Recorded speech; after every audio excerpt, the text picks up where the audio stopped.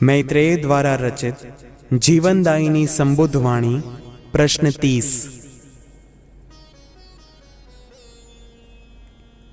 एक साधु के आश्रम में जब कोई दूसरे महात्मा या साधु संत अतिथि बनकर उनसे भेंट करने हेतु आते हैं, तब अतिथि साधु को भेंट पूजा में मूल्य ही देना आवश्यक है क्या? जबकि जिस साधु के आश्रम में वह पधारे हैं उनकी इतनी आर्थिक शक्ति ना भी हो, तब भी भेंट पूजा में मूल्य ही देना आवश्यक होता है क्या? मैं स्वयं भी एक साधु ही हूँ। कृपा करके मेरी दुविधा को सुलझाइए मैत्रेय। जिज्ञासा शांत करते हुए मैत्रेय यह उत्तर देते हैं कि महात्मा जी, प्रेम का कोई मूल्य हो सकता है क्या? नहीं ना। यदि आपको पधारे हुए अतिथि साधु या संत का मान ही बढ़ाना है या फिर प्रेम ही व्यक्त करना है, तो फिर आप एक पुष्प देकर भी उनका आदर और सम्मान कर सकते हैं और अपना प्रेम भी व्यक्त कर पाते हैं।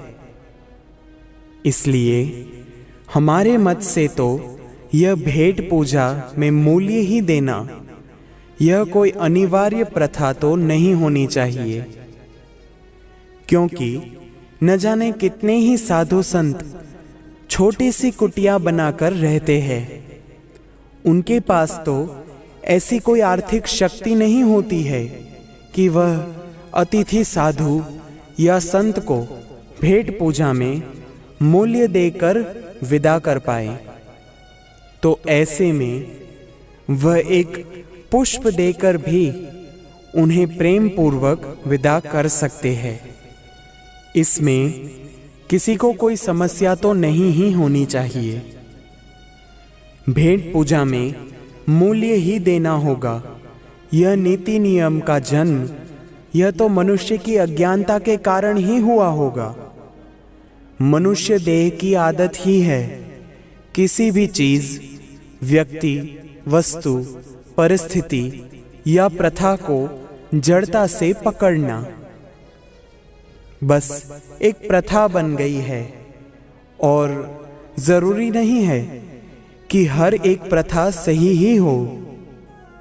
इसलिए भेंट पूजा में मूल्य ही देना पड़े यह कदापि आवश्यक नहीं है।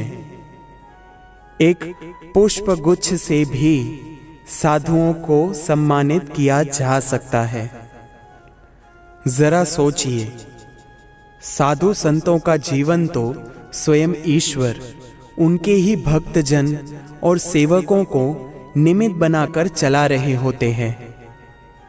एक दूसरी बात यह भी है कि उन्होंने इसी समझ के साथ गृह का त्याग किया होता है कि वह मोह और माया को त्याग रहे हैं।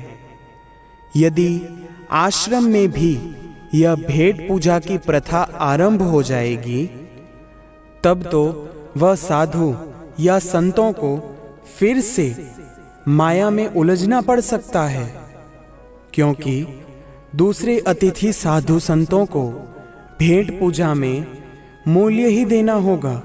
इस चिंता में उन्हें धन संपत्ति एकत्रित करने में अपनी बुद्धि को ले जाना पड़ेगा और ईश्वर की ओर सुरता लगाना रह ही जाएगा। इसलिए हे महात्मा, यह कदापि जरूरी नहीं है कि आप अतिथि साधु को भेंट पूजा में मूल्य देकर ही विदा करें।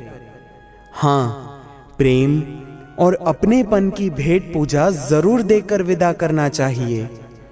दूसरी बार वह अपना ही घर समझकर आ पाए, उन्हें उतने स्नेह से रंग दीजिए।